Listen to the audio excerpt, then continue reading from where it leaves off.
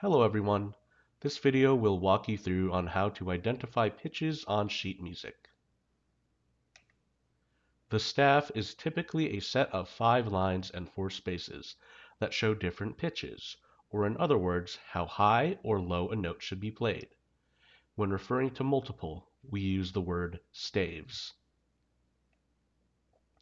Some instruments may use a single line staff, such as unpitched percussion instruments. For our purposes though, we will mainly use the standard 5-line and 4-space staff. The first kind of staff we will learn about is the treble staff. The symbol we have here is called the treble clef. The treble clef is used to show higher pitched notes. Higher pitched instruments such as flute, violin, or trumpet, for example, will read sheet music with a treble clef. When playing piano, the treble clef usually shows what your right hand plays. This is sometimes called the G clef. This is because the little loop in the treble clef is always placed surrounding where the note G will be. The first note and first line note in treble clef is E. Also, when I say first line note, I'm talking about the lowest line. And in general, when I'm talking about counting in order on the staff, I'm talking in terms of starting from the bottom and moving upwards.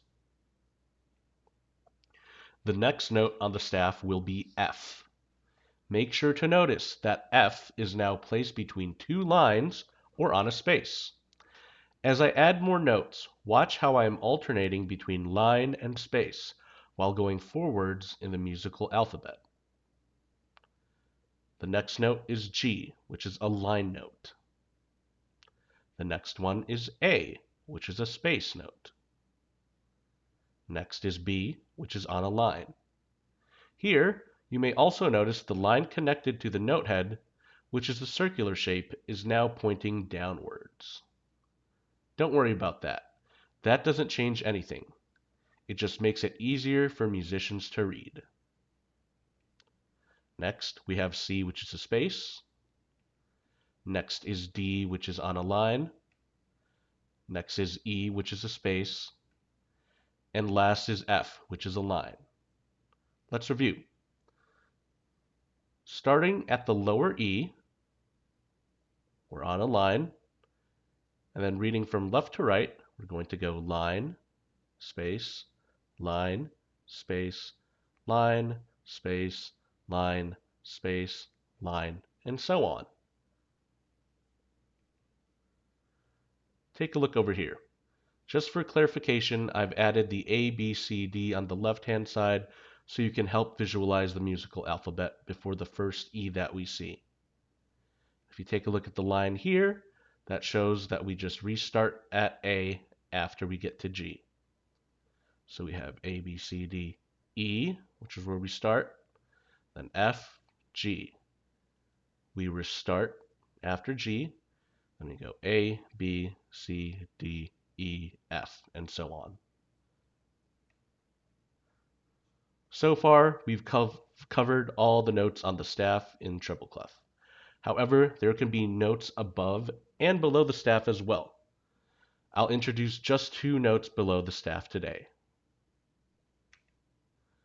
When we go downwards, we're going backwards in the alphabet.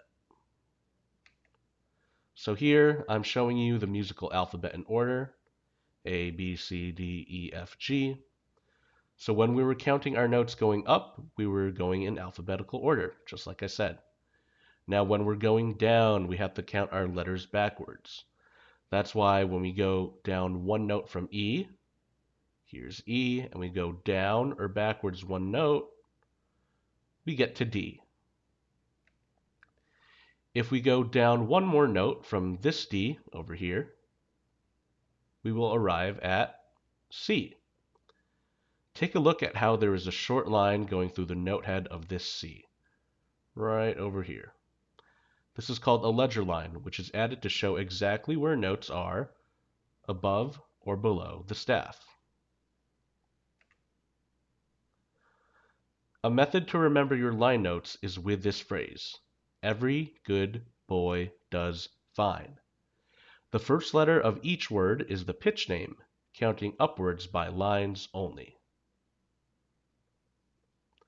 A method to remember your space notes is that it spells out the word face, F-A-C-E. Or you can also think of this phrase that rhymes. Face fills the space. As a quick recap, our first or bottom line note is E. When counting upwards, we alternate between line and space, and we move forwards in the musical alphabet. The two notes below the staff I want you to know from the start are D and C. We get there by counting backwards in the alphabet from E, which gets us to D, and then moving back one more letter to C.